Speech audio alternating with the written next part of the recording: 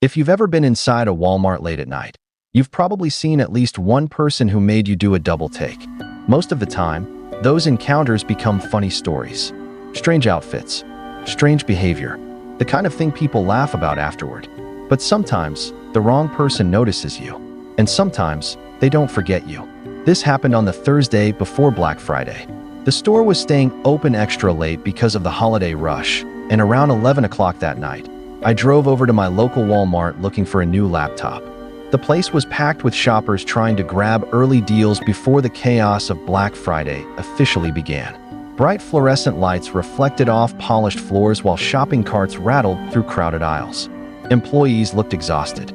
Customers hurried from display to display, afraid someone else would grab the last discounted item before they could.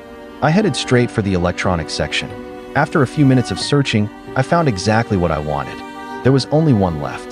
The laptop was part of a heavily advertised Black Friday promotion, and the price was surprisingly good. I picked up the box and immediately felt relieved that I had gotten there before someone else. That relief lasted only a few seconds. As soon as I turned around, a man appeared beside me. He was huge, not just tall, but physically intimidating in every way. His clothes looked filthy. His hair was unkempt. His face carried the exhausted, unpredictable look of someone who hadn't slept in days. He stared directly at the laptop in my hands, then at me. "I need that laptop," he said. His voice was rough and demanding. Caught off guard, I gave an awkward smile. "I'm sorry. It was the last one." The man's expression changed instantly. His jaw tightened. His eyes narrowed. "No," he said. "I need it." The way he emphasized the word "need" sent a chill through me. I tried to explain again that it was the last one available, but he wasn't interested in hearing it. His voice got louder. People nearby began looking over. Within seconds, he was creating a scene in the middle of the electronics department. Every instinct told me something wasn't right about him. His anger seemed completely disproportionate to the situation. This wasn't normal frustration. This felt different. Dangerous. My heart started pounding as I clutched the box tighter. Without saying another word, I turned and walked away as quickly as possible. Behind me, the man continued yelling. And the entire time, I couldn't shake the feeling that his eyes never left me. The checkout line felt much longer than it actually was. I stood there gripping the laptop box while trying not to look over my shoulder. The man's voice still echoed from somewhere deeper in the store. Every time I heard it, my stomach tightened. A few customers near me had witnessed the confrontation and tried to lighten the mood. One guy laughed and said, "That dude's a nut." Another woman shook her head and joked that Black Friday brought out the weirdest people every year. I smiled politely, but I wasn't laughing. Something about the encounter continued bothering me. Eventually, I paid for the laptop and headed home. The drive back was quiet. The roads were mostly empty, and by the time I pulled into the driveway, the neighborhood was completely still. My family had already gone to bed. I didn't feel tired yet, though. Excited about my purchase, I carried the laptop outside to the backyard near our pool so I could start setting it up. The night air was cool. The neighborhood sat inside a closed-off community where things were usually peaceful. Beyond our property was a small patch of woods that separated our yard from undeveloped land. For a while, everything felt normal. Then the motion light on the side of the house suddenly clicked on. The bright beam cut through the darkness without warning. I froze. The silence around me seemed to deepen. Slowly, I looked toward the side yard. Nothing moved. No footsteps. No voices. No obvious reason for the light to activate. To be fair, it happened occasionally. Animals often wandered near the woods and triggered the sensor. Still, after what had happened at Walmart, the timing felt unsettling. I stood there for another moment listening carefully. Nothing.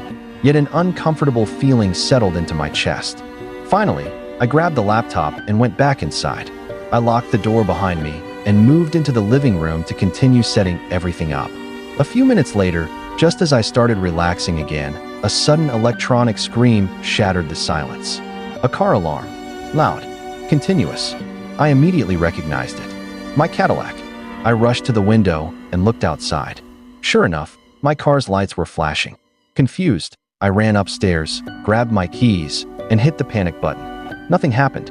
The alarm continued blaring. So I opened the front door and stepped onto the porch. The second I got outside, I pressed the button again. This time the alarm stopped.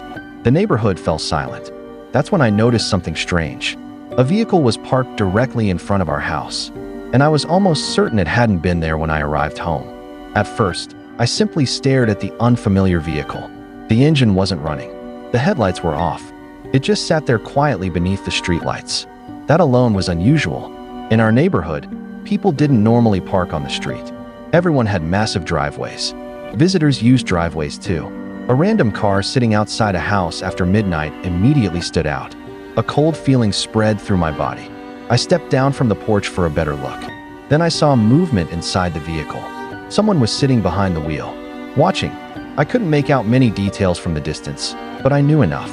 There was absolutely no reason for that person to be there. Every alarm bell in my head started ringing.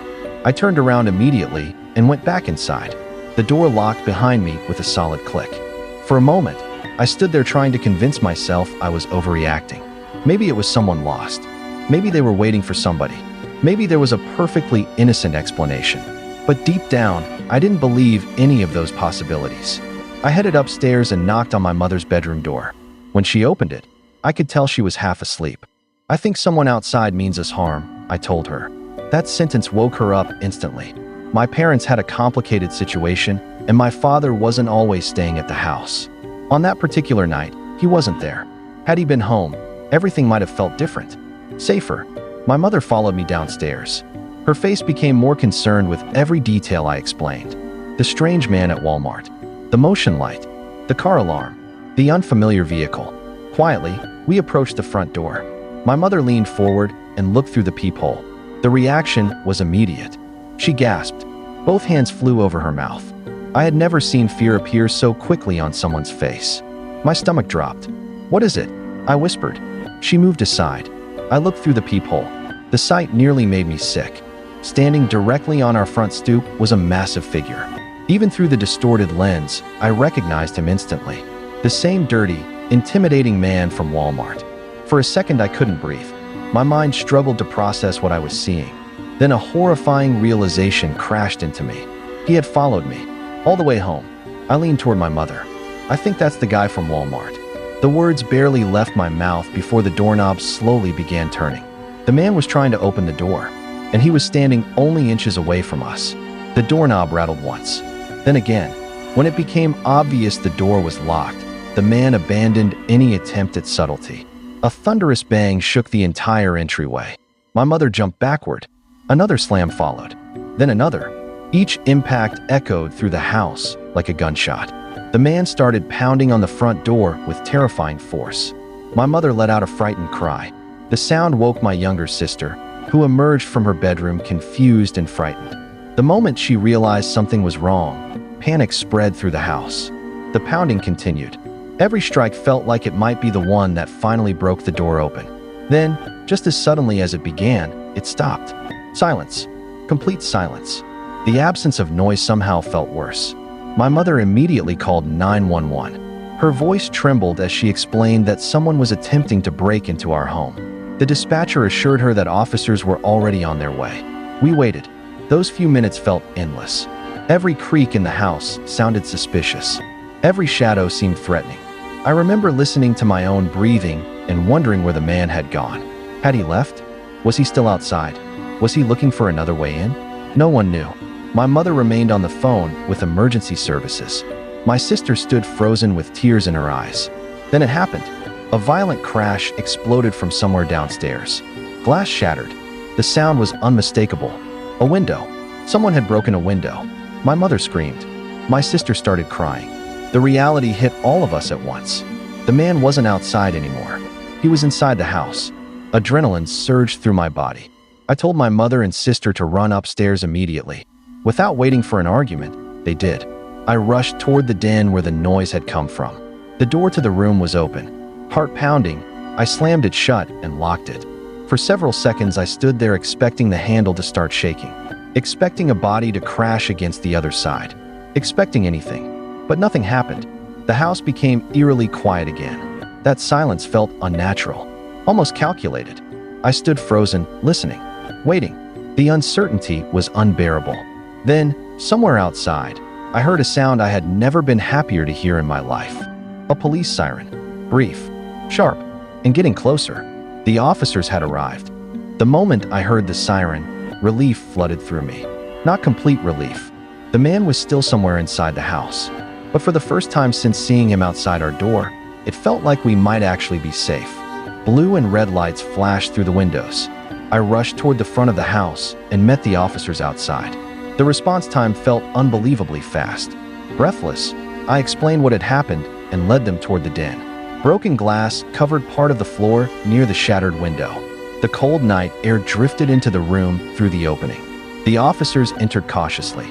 Their flashlights swept across furniture and dark corners. For several tense seconds, nobody said anything. Then one of the officers shouted. The man had been found. He wasn't attempting to flee. He wasn't hiding outside. He was crouched behind one of our couches inside the den, waiting. The officers immediately pulled him out and placed him under arrest. As soon as they grabbed him, he started screaming. Profanities, threats, incoherent insults directed at me. The rage he had displayed inside Walmart had somehow become even worse. Watching him being handcuffed was surreal. Only a few hours earlier, he had been a stranger in a store. Now he was being led away from my family's home after breaking in. We decided to press charges immediately. There was no question about it. The officer spoke with us afterward while the man sat restrained in a patrol car. Both of them shared the same impression. The man appeared unstable, possibly under the influence of drugs. Neither officer could explain exactly why he had chosen to follow me, only that his behavior was clearly irrational and dangerous. Eventually, the patrol cars pulled away. The neighborhood returned to silence. But the feeling of safety didn't return nearly as quickly. That night, nobody slept much. Every small noise sounded suspicious. Every shadow near a window drew attention. Even after the danger was gone, the fear lingered. What disturbed me most wasn't the broken window or the threats. It was the realization that the entire nightmare began because I picked up the last laptop on a shelf. A random encounter. A few words exchanged with a stranger. Nothing more. Yet somehow that was enough for someone unstable to follow me home and invade my family's house.